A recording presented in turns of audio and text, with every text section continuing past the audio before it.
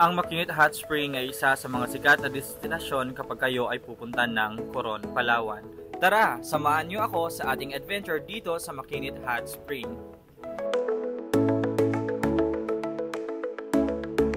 Okay, so kakarating lang natin ngayon dito sa Makinit Hot Spring and papasok tayo. Ayan. So kung napapansin nyo, ito po yung paligid na makikita ninyo sa papasok pa lang ng Makinit Hot Spring. And ang ganda dito. Tapos nakita ko sa area na yun, mayroon silang designated garbage area na nakasegregate. So bago po tayo pumasok sa entrance, dadaanan po muna natin itong mga signage na makikita natin dito. Actually dyan sa likod meron din silang parking area para sa mga nagmumotor. And pwede na mag-tricycle papunta dito, but we choose kasi na mag-van kasi medyo malayo din siya.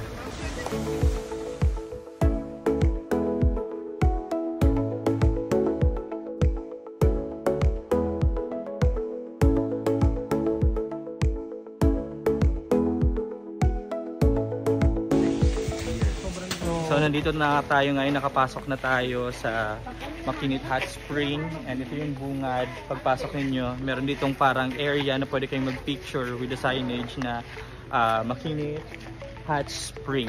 So iikutin muna natin yung place bago tayo magsimula ng ating hot spring adventure. Ayan. So meron silang toilet din dito at parang ang aesthetic ng toilet nila dito Yan. Meron din dito actually souvenir shop and information center. Yan, pagpasok nyo mismo, bungan siya. And itong lugar na to actually ay napapalibutan siya ng mangroves. May mga tables na available, and at the same time may mga pwede din kayong upuan dito. Ito yung papasok bungad ng Makinit Hot Spring.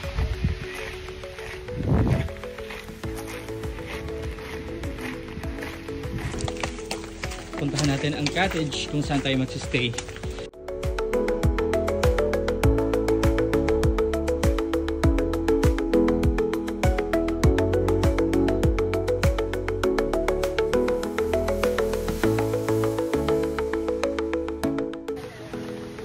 So ito yung view ng Makinit Hot Spring. Ayan, ito lang siya actually. There. So we already have settled our things, and papakita ko muna sa inyo kung ano yung mga makikita nyo agad pagpasok nyo dito sa Makinit Spring. So ito yung pool nila. Actually meron silang tatlong pools dito, and pupunta tayo sa sa bridge. Merong bridge dito na made up of bamboo papunta doon sa view ng dagat. Ayan. So may mga warnings dito na nagsasabi na hindi daw tayo pwedeng mag-lean sa mga buildings kasi parang medyo marupok siya. Opo, kasing rupok po ata. So pupunta tayo ngayon doon. Let's see the view dito sa Makinit Hot Spring. So meron din palang mapagtatambayan dito kung gusto nyo tumambay. Meron parang kubo dito. Sabi naman kanina ng pinatungkapit doon ay pwede na kung dito lahat.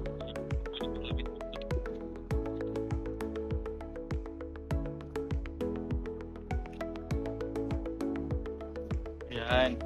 So ano na to, view na ng sea. Nakikita ninyo, dagat na po yan. And dito sa tinatayuan ko actually pwede din bumaba kasi may mga stairs din here. Nakikita po dito, pwede babaan, pero masyadong baba ang tubig dito. So, parang hindi siya pwedeng lipat for now. Pero baka pag high tide pwede na siyang lipat. So ito siya. Look. Ang ganda. Ayan, ito pa sa likod. Look at the islands. There. Ayan.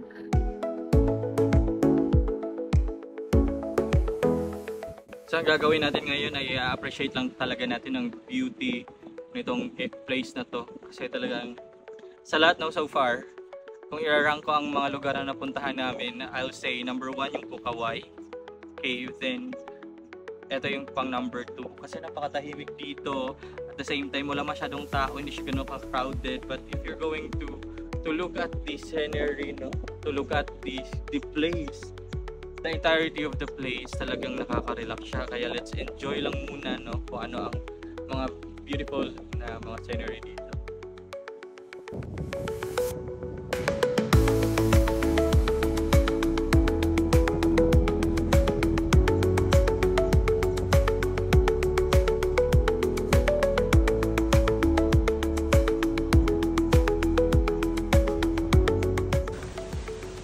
Maglumog na tayo ng katawan natin. Ang init. Mabaog ka na. Hindi, makaka-adjust pa yun. Wala pa namang ginagamitan eh. Sarili lang. Charita. Charing. Charing. Thoughts lang siya. Pero hindi okay na. Nag-adjust na yung nag-adapt na yung katawan. Oo, madali naman yung katawan na.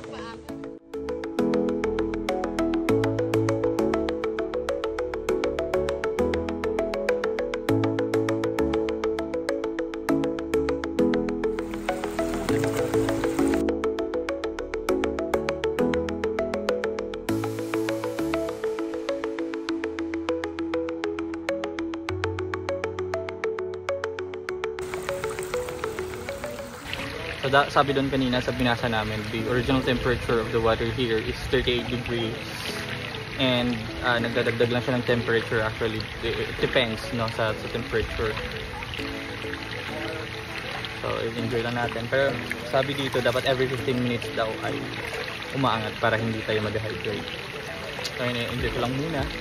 And after 15 minutes ay aalis na rin tayo. Try ko mamaya yung ibang pool naman. Let's say kung let's see kung parehas lang yung init niya. Kasi nasa pinaka lower level ako ngayon. Hindi talaga ito yung main source ng spring. But we will try later, no. Pinag-a-adjust lang yung sarili ko. Pupuntahan natin yung mismong source ng spring. Kung parehas lang ba ang temperature or mas mainit siya dito.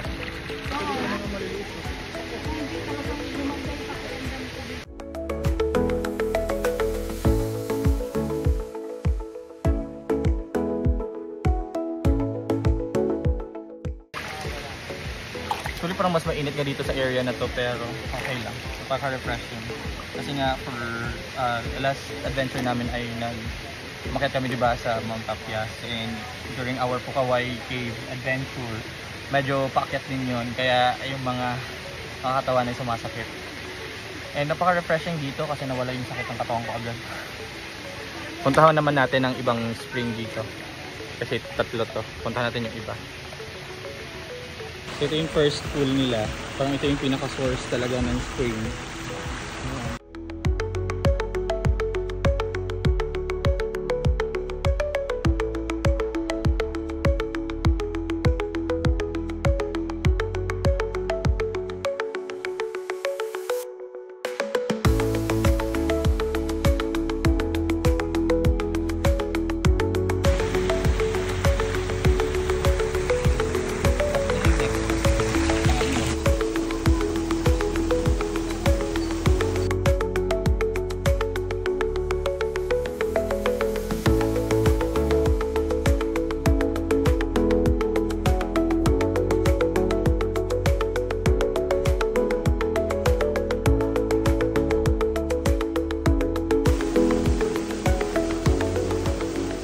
Tapos na kami sa aming adventure dito sa Makinit Resort, and we will be going to conclude our day na. But before we conclude our day ay pupunta muna kami sa factory ng cashew nuts. Yung mga kasama ko sa gusto nilang bumili, and suggested ng aming driver kanina ay pwede niya naman daw kaming idaan muna doon bago ihatid sa aming hotel. So thank you so much sa panonood, and see you again sa ating next adventure dito sa Coron, Palawan.